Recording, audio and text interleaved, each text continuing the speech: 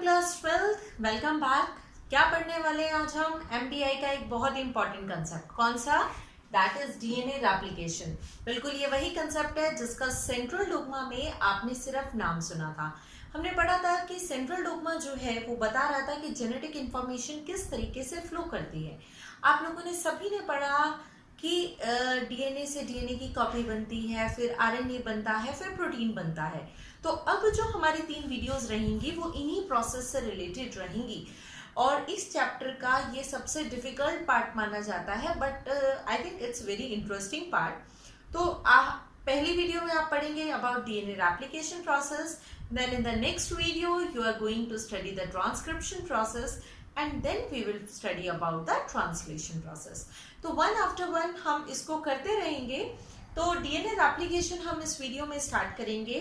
सारे स्टेप्स को पढ़ना है, लास्ट तक देखनी है, अदरवाइज बीच से कोई भी स्टेप या एंड तक कोई भी स्टेप मिस हुआ तो वो प्रॉब्लम क्रिएट कर सकता है।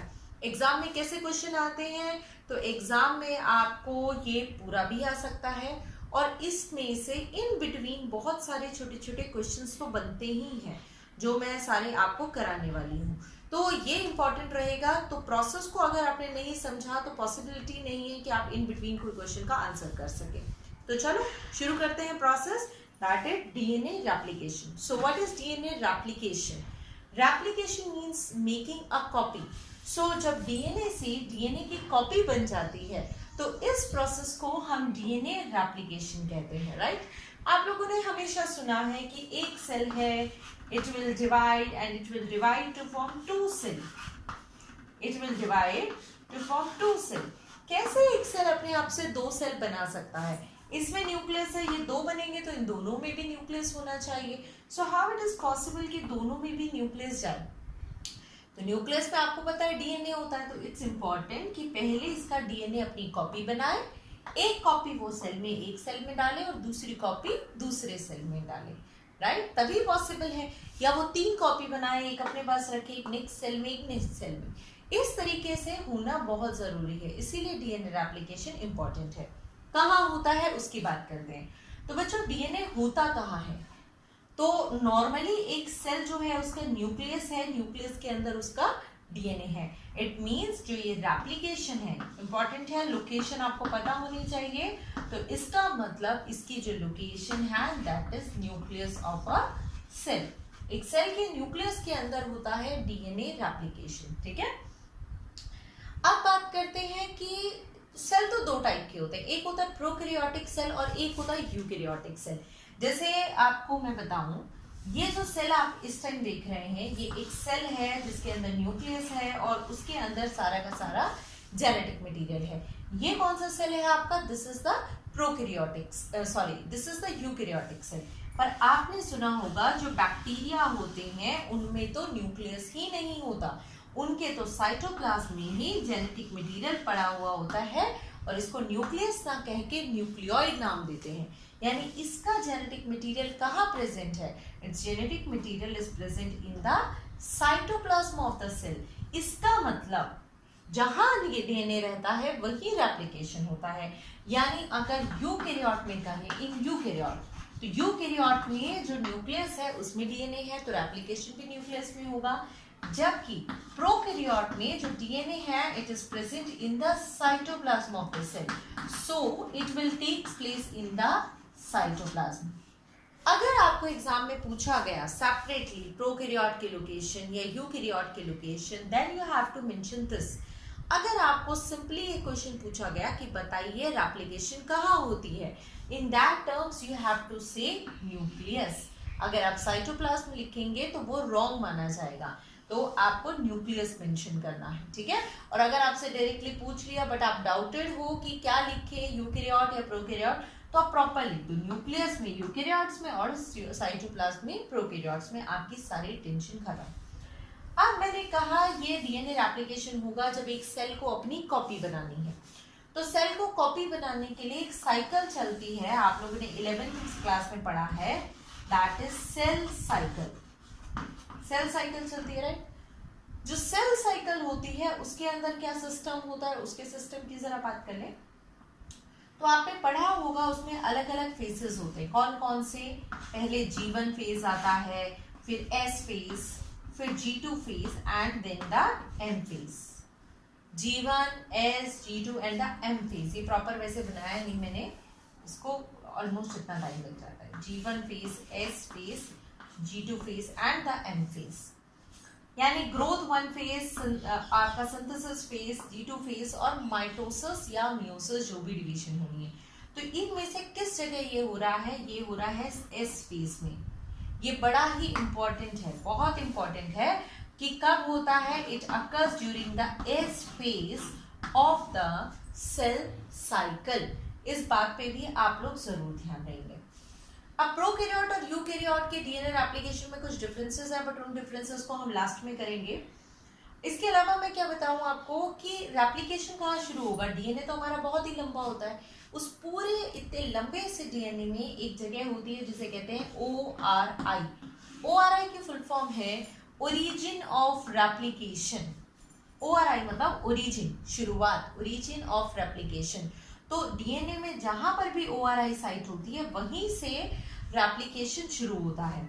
तो अगर बैक्टीरिया या वायरल डीएनए है तो वो थोड़ा छोटा होता है साइज में, उसका एक ही ORI साइट है, वहीं से रेप्लिकेशन शुरू होता है। बट अगर यही यूकैरियोटिक डीएनए है तो यूकैरियोट्स के अंदर, क्योंकि डीएनए बहुत लंबा है, इट्स पॉसिबल नहीं है कि पूरे के पूरे को एक बार में ओपन करके कर दिया जाए। तो मैं आपको बता दूं कि ये ORI जो होती है उसमें नंबर में ज्यादा होती है। तो बहुत सारे होते ORI होती है, तो अलग अलग जगह से स्टार्ट चल रहा होता है ये प्रोसेस। हालांकि बहुत सारे एंजाइम्स हम डीएनए रेप्लिकेशन में यूज करेंगे, बट जो मेन एंजाइम होगा वो होगा डीएनए पॉलीमरेज। मैं अभी आपको बेसिक बातों से इंट्रोड्यूस कर रही हूँ। DNA polymerase, it is a main enzyme of DNA replication. इसको पूरा हम डीएनए डिपेंडेंट डीएनए पॉलीमरेज भी कह सकते हैं। डीएनए पॉलीमरेज वो एंजाइम होता है जो चेन को आगे बढ़ाता है। कैसे आगे बढ़ाता है, you will came to know later. But यहाँ पर आप देखिए डीएनए पॉलीमरेज जो चेन को एक्सटेंड करे। अब डीएनए से डीएनए बन रहा है, इसीलिए इसको डीएनए डिपेंडेंट डीएनए पॉलीमरेज भी नाम दिया जा सकता है। ठीक है, तो मैं आपको बताऊं ये जो एंजाइम है ना, इसकी कुछ प्रॉपर्टीज होती है कि ये एंजाइम, एक तो गलतियां नहीं होनी चाहिए इस एंजाइम से, मिस्टेक्स कम से कम होनी चाहिए, क्योंकि मिस्टेक होना मतलब सोचो आपका एक्सप्रेशन ही बदल जाएगा। आपकी बॉडी में कहाँ कौन सा एंजाइम बना था और क्या बन जाएगा, तो पूरा एक्सप्रेशन बदल जाएगा। दूसरा, ये स्पीडली भी होनी चाहिए। तो मैं आपको बताऊं, एक एग्जांपल देती हूँ। जैसे ई कोलाई की अगर हम बात करें, जो कि बैक्टीरिया है, ई कोलाई में number of the base pair है दैट इज 4.6 × 10⁻⁶ बेस पेयर, और इतना डीएनए रेप्लिकेशन करने में इट टेक्स 38 मिनट्स, 38 मिनट लगाते हैं। इसका मतलब करीब 1 सेकेंड में 2000 बेस पेयर ये स्पीडली ऐड कर रहा है। इमेजिन करो, बेस पेयर का मतलब आपको पता है ना, ATGC, ये जो न्यूक्लियोटाइड होते हैं पूरे के पूरे, इनको बोलते हैं। तो कह रहे हैं 1 सेकेंड में कितने बेस पेयर ये ऐड कर रहा था। इसमें ई कोलाई में करीब 200 base pair. So it gives you an idea कि ये जो प्रोसेस है ये काफी आपका स्पीड है, स्पीडली वर्क करता है। तो यहाँ पर यही चीज ध्यान देनी है कि एंजाइम जो है उसकी एक्यूरेसी भी होनी चाहिए, ताकि म्यूटेशन वगैरह ना करे, मिस्टेक ना करे।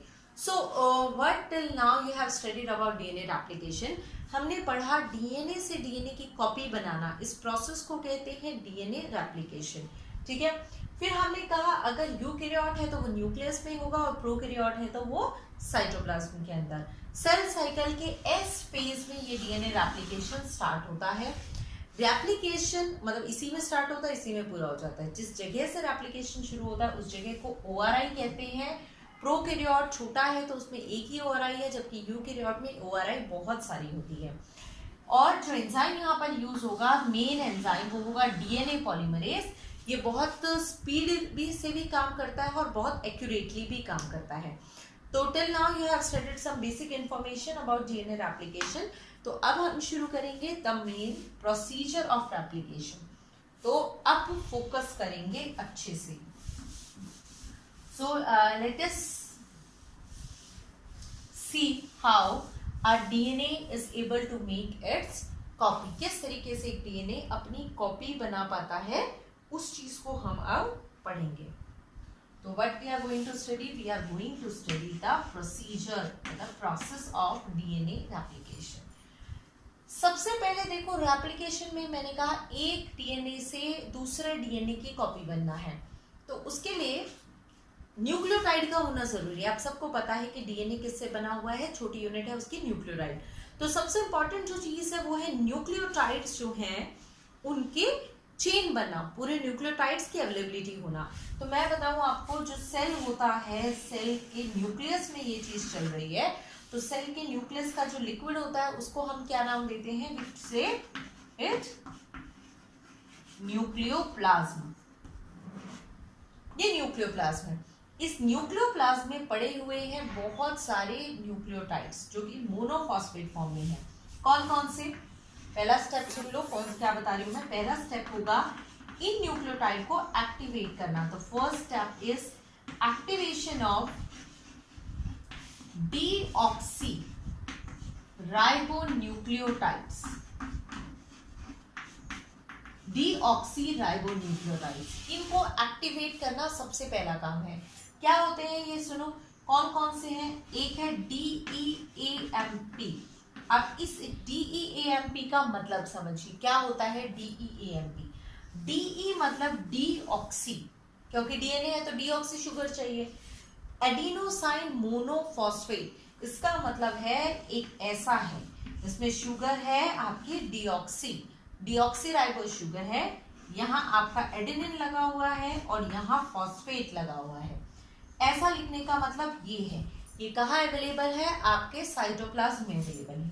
सेम वे कौन कौन से होंगे, ऐसे ही G का अवेलेबल होगा यानी ग्वानोसाइन मोनोफॉस्फेट, ऐसे ही C का अवेलेबल होगा साइटोसाइन मोनोफॉस्फेट, ऐसे ही T का अवेलेबल होगा थायमिन मोनोफॉस्फेट।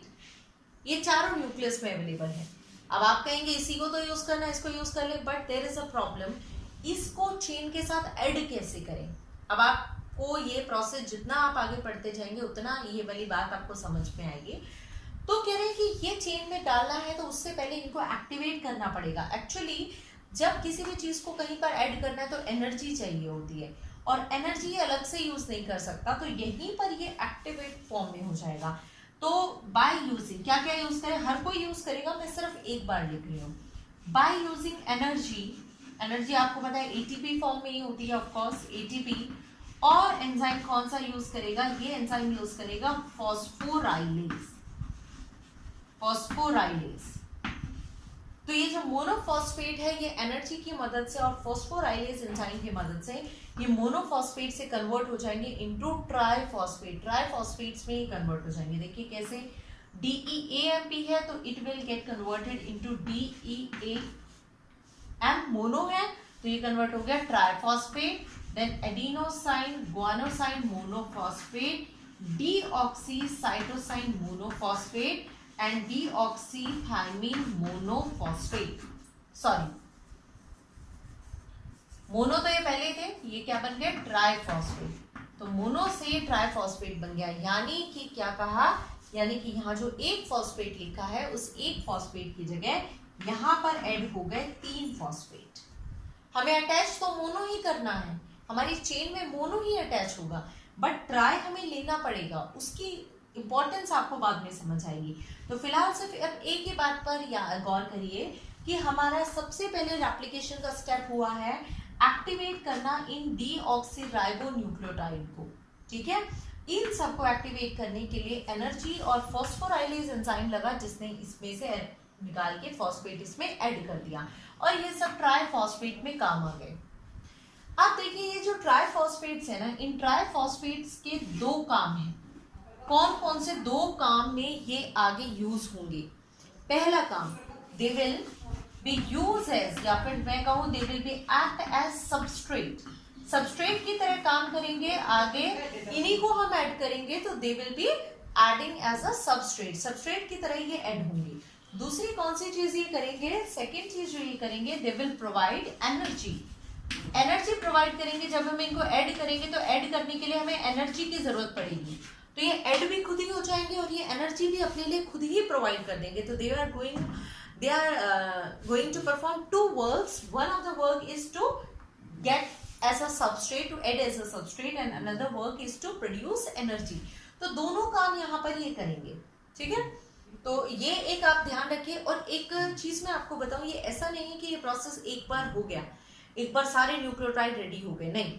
मैं आप इसकी एक एनिमेटेड वीडियो भी शो करूंगी, पहले आप इसको इससे समझिए। ये साइमल्टेनियसली होता रहता है। जैसे रेप्लिकेशन में मान लो थायमिन वाले की जरूरत पड़ी तो थायमिन वाला रेडी हो गया। अब वहां पर मान लो ग्वानिन वाले की जरूरत पड़ी तो अब ग्वानिन वाला रेडी होके आ गया।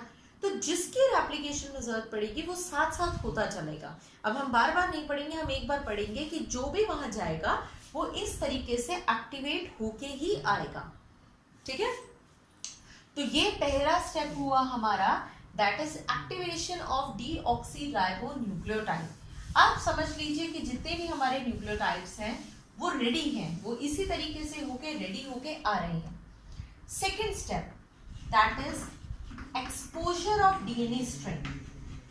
एक्सपोजर ऑफ डीएनए स्ट्रैंड यानी जो हमारा डीएनए है वो ओपन होगा ताकि उसमें और न्यूक्लियोटाइड ऐड हो सके। बड़ा ध्यान से समझिएगा, बहुत इजी सा प्रोसेस है वैसे तो ये। क्या स्टेप ये है, आपके पास जो डीएनए है आपका, मान लीजिए वो ये है। फॉर एग्जाम्पल आपके पास ये डीएनए है जो कि इस तरीके से डबल स्ट्रैंडेड है। अभी मैं सीधा बना रही हूँ, मैं कॉइल करके नहीं बना रही हूँ। तो आप मान लीजिए कॉइल ही है ऑफकोर्स। तो आपके पास जो डीएनए है वो डबल स्ट्रैंडेड है, उसके बीच में बॉन्ड्स है। कौन से बॉन्ड्स हैं? हाइड्रोजन बॉन्ड है। रेप्लिकेशन करने के लिए यानी नई कॉपी बनाने के लिए सबसे पहले जरूरी है कि इस डीएनए को सेपरेट किया जाए। तो किस तरीके से इस डीएनए को सेपरेट किया जाएगा? कुछ एंजाइम्स आएंगे। कौन कौन से एंजाइम्स है सुनिए। सबसे पहले यहाँ आएगा हेलिकेज। हर एक का काम सुनते जाओ।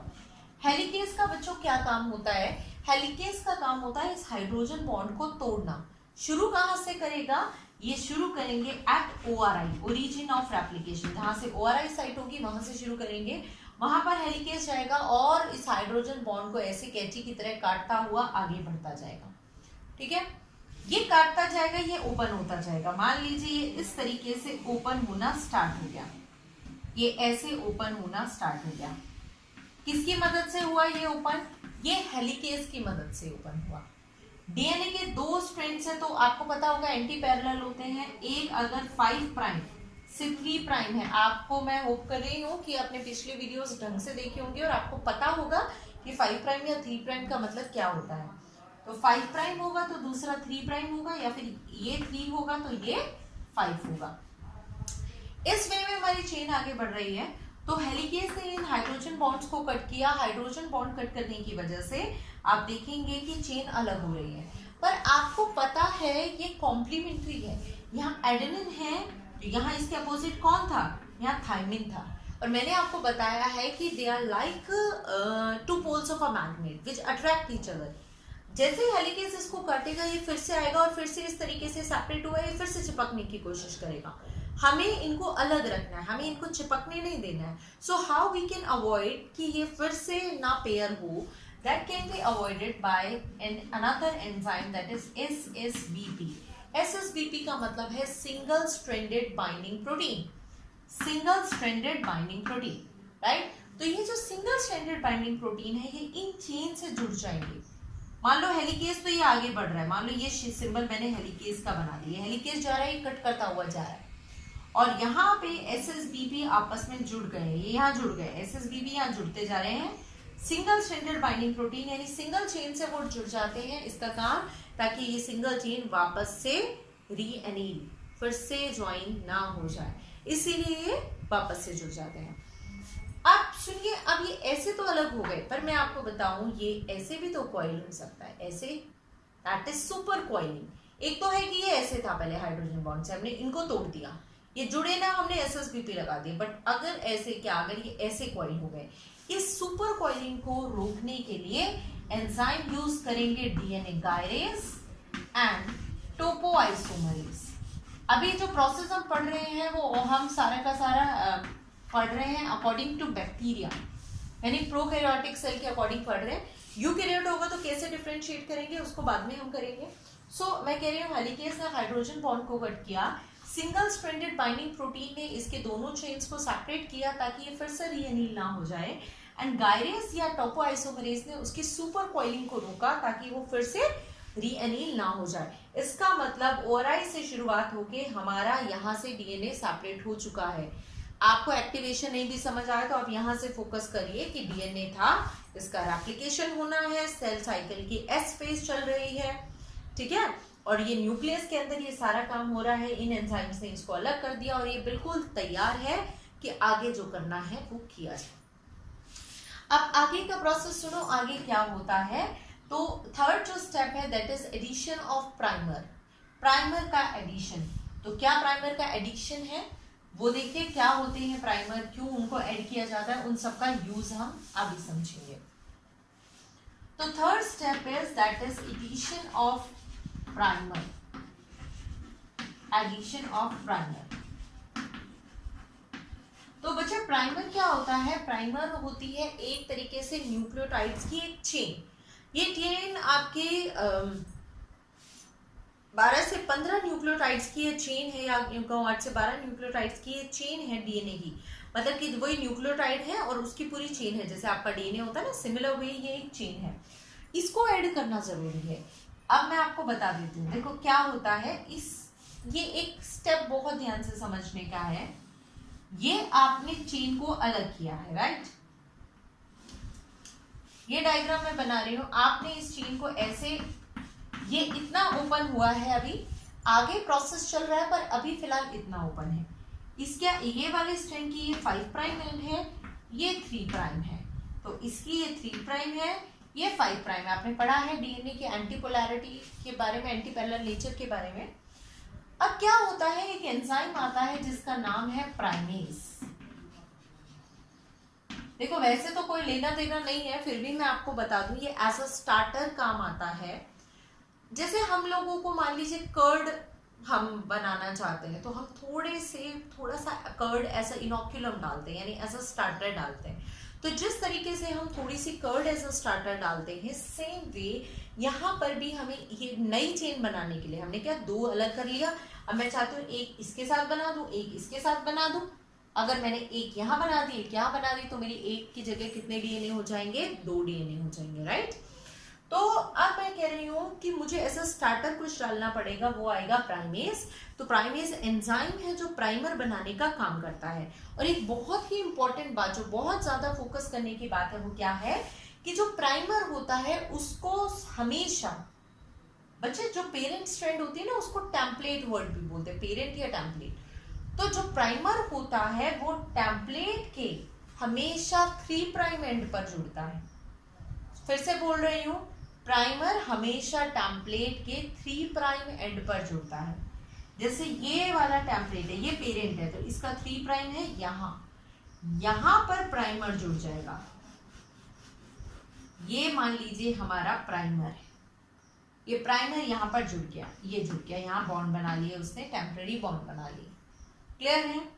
सेम वे अब ऊपर वाले का तो ये 5 है, उसका 3 तो उधर है आप कहेंगे, अब वो ओपन नहीं हुआ तो इसके अपोजिट एंड को ही 3 माना जाएगा। प्राइमर जुड़ेगा यहां। बहुत बहुत इंपॉर्टेंट बात है ये, इसमें गलती बिल्कुल नहीं होनी चाहिए। That primer is always added at the 3 prime end of the template। अब आप कहेंगे ऐसा क्यों, what is the reason behind why the primer is added at the 3 prime। सुनो, ध्यान से सुनो इस बात को। अगर ये इसका 3 है तो जो नया बनेगा, नई स्ट्रैंड का ये कौन सा एंड होगा, ये होगा 5। होगा कि नहीं होगा, क्योंकि एंटी पैरेलल नेचर है भाई। अगर पेरेंट का 3 है तो जो नई बनेगी वो बनेगा उसका 5। तो मैं आपको ये कहना चाह रही हूं कि जो न्यू स्ट्रैंड होती है वो हमेशा बनती है from 5 prime end to 3 prime end. ये ध्यान रखो, ये क्वेश्चन तो हर बच्चे को पक्का आना चाहिए। That a new strand is always formed from the 5 prime and towards the 3 prime and. तो 5 से 3 की तरफ नई बननी चाहिए। तो 5 से 3 नई कब बनेगी, जब पेरेंट कौन सा हो, 3 से 5। तो चलो मैंने कहा कि प्राइमर को ऐड करते हैं, तो हम लोगों ने, आपने जैसा कि यहाँ देखा कि हमने क्या ऐड कर दिया है, हमने प्राइमर को ऐड कर दिया है। ये आरएनए प्राइमर है, डीएनए प्राइमर नहीं है। आरएनए और डीएनए प्राइमर में क्या फर्क होगा, जैसे आरएनए है तो उसमें राइबोस शुगर होगी न्यूक्लियोटाइड में, और यू होगा, थायमिन नहीं होगा।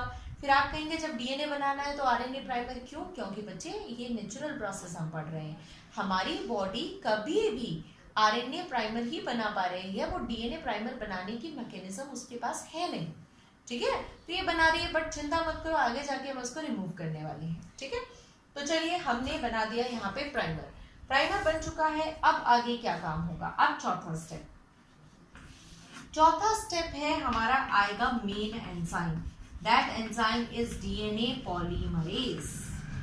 तो वैसे मैं आपको बताऊं कि डीएनए पॉलीमरेज 3 होते हैं।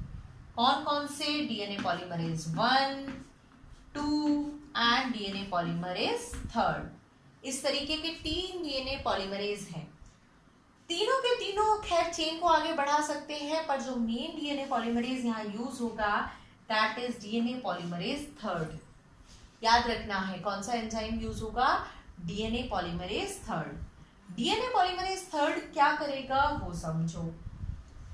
तो डीएनए पॉलीमरेज 3 जो है वो चेन को आगे बढ़ाने के लिए बेस पेयरिंग का काम करेगा, ठीक है। किस तरीके से बेस पेयरिंग करेगा, देखिए आपको मैंने बताया कि न्यूक्लियोटाइड हमारे पास ऑलरेडी है जो एक्टिवेट हो चुके हैं। तो जो डीएनए पॉलीमरेज एंजाइम है वो देखेगा, यहाँ चेक करेगा, अगर यहाँ पर एडेनिन हुआ तो वो कौन सा न्यूक्लियोटाइड लेके आएगा, जो थायमिन है, वो उसको यहाँ अटैच कर देगा। सेम वे फिर अगला न्यूक्लियोटाइड चेक करेगा, उसके अपोजिट वाला ले आएगा, फिर अगला चेक करेगा, फिर अपोजिट। इस तरीके से चेन को ये आगे बढ़ाता रहेगा, ठीक है। आपको मैं क्या बता रही हूँ, मैंने कहा डीएनए पॉलीमरेज चेन को आगे बढ़ाएगा। कैसे? न्यूक्लियोटाइड हमारे एक्टिव हैं, उस एक्टिव न्यूक्लियोटाइड को जोड़ता रहेगा। अब देखो इस स्ट्रैंड पे तो यहाँ से यहाँ बढ़ रही है, ऐसे इस तरफ जा रही है, और यहाँ पर वो यहाँ से शुरू होगी तो इस तरफ जाएगी। मतलब नई हमेशा कहाँ से कहाँ जानी चाहिए, 5 प्राइम से 3 प्राइम की तरफ। न्यू हमेशा 5 to 3 जानी चाहिए। तो आप कहेंगे न्यूक्लियोटाइड अब हमारे कैसे प्रेजेंट थे, न्यूक्लियोटाइड हमारे प्रेजेंट थे in the form of triphosphate, जबकि यहाँ हमें क्या जोड़ने हैं, यहाँ जोड़ने हैं मोनोफॉस्फेट। तो देखो बेस पेयरिंग किस तरीके से होगी उस चीज को समझो। मान लीजिए हमारा है DETTP, यहाँ हमारे पास एडेनिन है, उसके अपोजिट में हमें थायमिन जोड़ना है। तो क्या होगा, ये जो ट्राइफॉस्फेट है ये टूटेगा और टूट के ये बन जाएगा DETMP यानी मोनोफॉस्फेट। और इसमें से कितने फॉस्फेट निकल जाएंगे, इसमें से निकल जाएंगे 2 फॉस्फेट। 2 फॉस्फेट अलग हो गए, ये बच गया मोनोफॉस्फेट। अब ये जो 2 फॉस्फेट हैं ये जब वाटर के साथ एक्ट करेंगे तो in the presence of enzyme pyrophosphatase enzyme की मदद से, देखो जब ट्राई से मोनो से ट्राई बनाया था तो फॉस्फोराइलेज एंजाइम था, और ट्राई से मोनो बनाने के लिए पायरोफॉस्फेटेज एंजाइम है। वो इन दोनों फॉस्फेट को अलग अलग करेगा, और जब ये फॉस्फेट टूटेंगे तो निकलेगी एनर्जी। ध्यान दो इस बात के ऊपर। ट्राइफॉस्फेट बना के तैयार है, वो ट्राइफॉस्फेट टूट के क्या बने, मोनोफॉस्फेट। बचे कितने, 2 फॉस्फेट, वो दोनों फॉस्फेट भी अलग हो गए और उनसे निकली एनर्जी। इस एनर्जी को यूज करके ये जो मोनोफॉस्फेट है वो यहाँ ऐड हो गया, और देखने वाला कि कौन सा कहाँ ऐड होगा उसको चेक करने वाला एंजाइम कौन सा है आपका, that enzyme is DNA polymerase. Polymerase इस चेन को इस तरीके से आगे बढ़ाता जाएगा और इनके बीच में ऐसे हाइड्रोजन बॉन्ड बढ़ते जाएंगे, ठीक है। फर्दर देखते हैं इसके आगे क्या होता है। अब देखते हैं न्यूक्लियोटाइड की चेन इतनी तो बढ़ चुकी है, और क्या होगा।